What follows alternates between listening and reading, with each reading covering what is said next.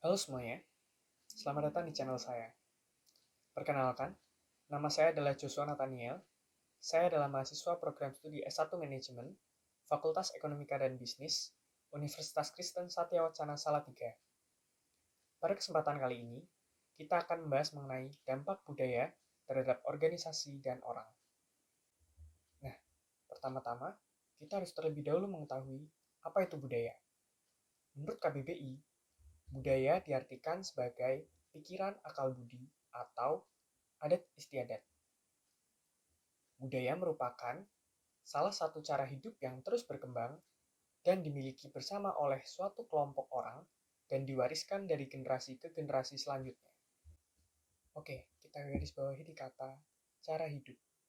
Berarti segala sesuatu yang berkaitan dengan cara hidup adalah budaya. Nah, cara hidup ini banyak sekali teman-teman. Mulai contohnya dari cara kita berjalan, cara kita makan, cara kita mungkin berjabat tangan, dan lain sebagainya. Tetapi dalam hal ini kita akan berfokus yang berkaitan juga dengan organisasi. Nah, contohnya nih teman-teman, belakangan ini kan kita sedang mengalami pandemi. Nah, di pandemi ini ada sebuah cara hidup yang baru saja dipakai oleh masyarakat Indonesia, yaitu WFH atau Work from Home. Sebenarnya banyak sekali budaya yang dapat mempengaruhi organisasi.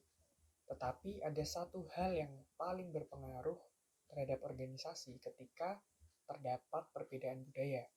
Nah, hal ini dapat menjadi hambatan dalam komunikasi yang sulit diatasi.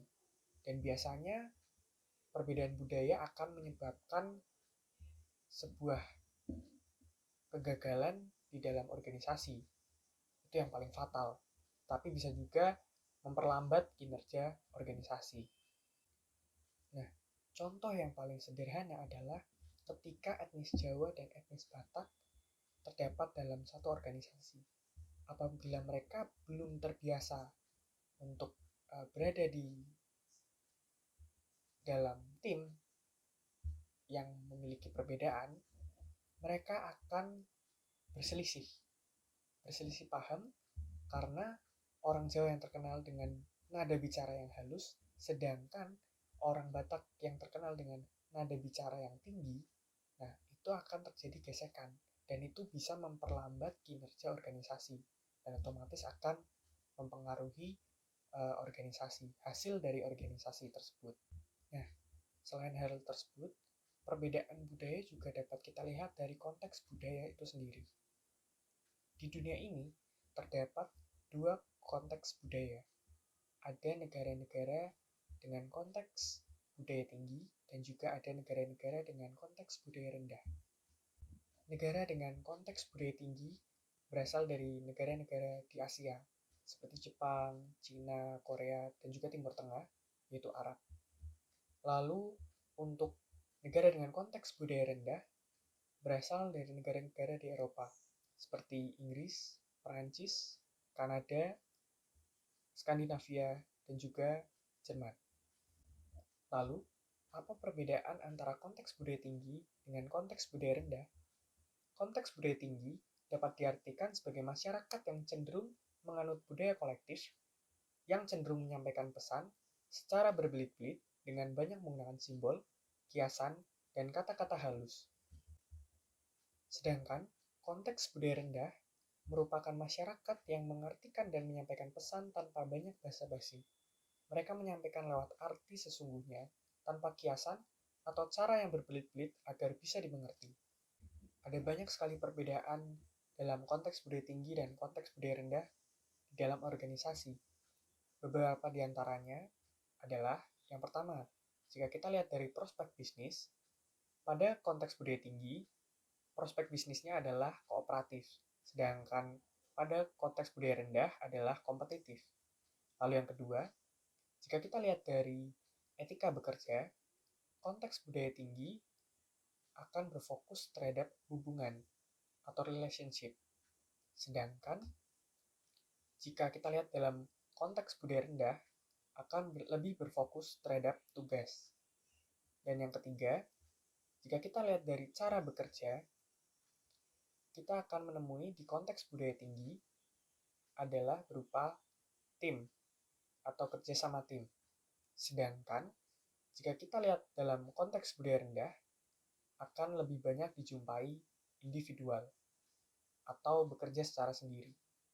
Setelah kita membahas beberapa hal tadi, lalu bagaimana cara organisasi dapat memaksimalkan budaya yang ada dalam organisasi untuk meningkatkan kinerja organisasi? Yang pertama, kita harus memiliki sikap toleransi.